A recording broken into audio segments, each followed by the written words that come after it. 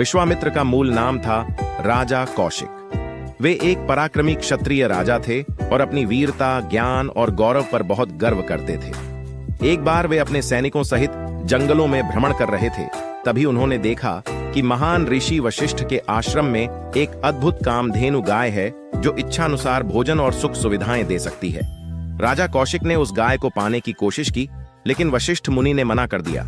क्रोधित होकर कौशिक ने बलपूर्वक गाय लेने की कोशिश की, परंतु वशिष्ठ की तपोशक्ति ने उसे पराजित कर दिया। राजा कौशिक को यह समझ में आ गया कि तप और आत्मिक बल शारीरिक बल से कहीं अधिक महान है। उन्होंने निर्णय लिया कि वे भी ऋषि बनेंगे। इसके बाद उन्होंने राजपाट छोड़कर घोर तपस्या शुरू की।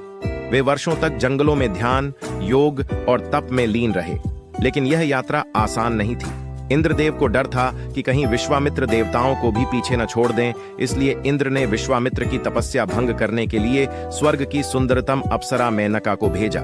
मेनका ने अपने रूप और नृत्य से विश्वामित्र का मन मोहित कर लिया। विश्वामित्र अपनी तपस्या भूल गए और मेनका के साथ समय बिताने लगे। कुछ समय बाद मेनका ने एक कन्या को जन्म दिया, जिसका नाम शकुंतला रखा। जब विश्वामित्र को यह ज्ञात हुआ कि मेनका को इंद्र ने भेजा था, तो वे क्रोधित हो गए। उन्होंने मेनका को त्याग दिया और पुनः तपस्या में लीन हो गए। अंततः हजारों वर्षों की तपस्या के बाद जब उन्होंने अपने अहंकार पर विजय पा ली और पूर्ण आत्मिक शांति को प्राप्त किया, तब ब्रह्मा और वशिष्ठ दोनों ने उन्हें ब्रह्मर्षि की उपाधि दी। वशिष्ठ मुनि, जो पहले उन्हें राजर्षि कहते थे, उन्होंने स्वयं उन्हें ब्रह्मर्षि कहकर सम्मानित किया।